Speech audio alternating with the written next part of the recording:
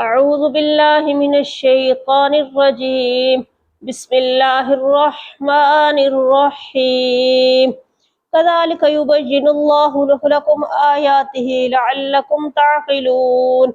ألم تر إلى الذين خرجوا من ديارهم وهم ألوف حذر الموت فقال لهم الله موتوا ثم أحياهم. إن الله لذو فضل على الناس ولكن أكثر الناس لا يشكرون. وقاتلوا في سبيل الله واعلموا أن الله سميع عليم.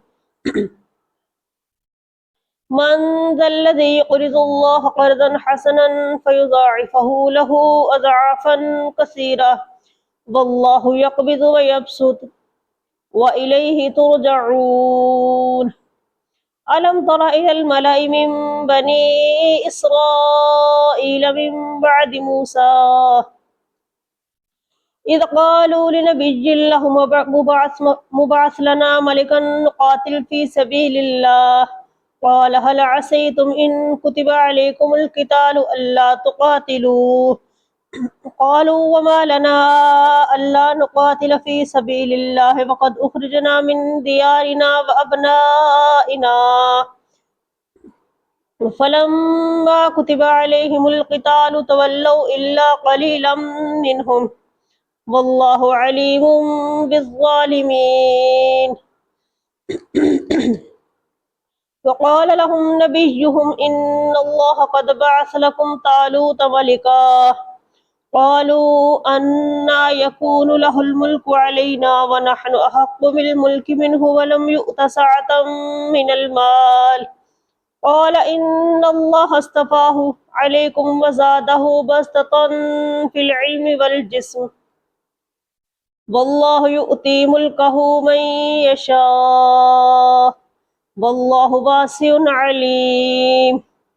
وقال لهم نبيهم إن آية ملكه أن يأتيكم التابوت فيه سكينة من ربكم وبقية مما ترك آل موسى وآل هارون تحمله الملائكة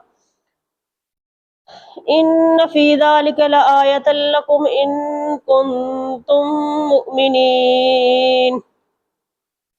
ولما فصل طالوت بالجنود قال إن الله مبتليكم بنهر فمن شرب منه فليس مني ومن لم يطعمه فإنه مني إلا من اغترف غرفة بيده فشربوا منه إلا قليلا منهم فلما جاوزه هو الذين آمنوا معه قالوا لا طاقة لنا اليوم بجالوت وجنوده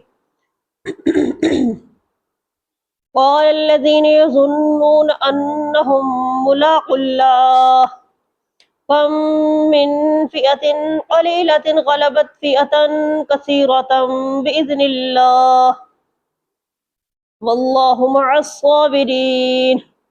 ولما برزوا لجالوت وجنوده قالوا ربنا أفرغ علينا صبرا وثبت أقدامنا وانصرنا على القوم الكافرين فهزموهم بإذن الله. وقتل داود جالوت وآتاه الله الملك والحكمة وعلمه مما يشاء ولولا دفع الله الناس بعضهم ببعض لفسدت الأرض ولكن الله ذو فضل على العالمين. تلك آيات الله نتلوها عليك بالحق وإنك لمن المرسلين. صدق الله العلي العظيم.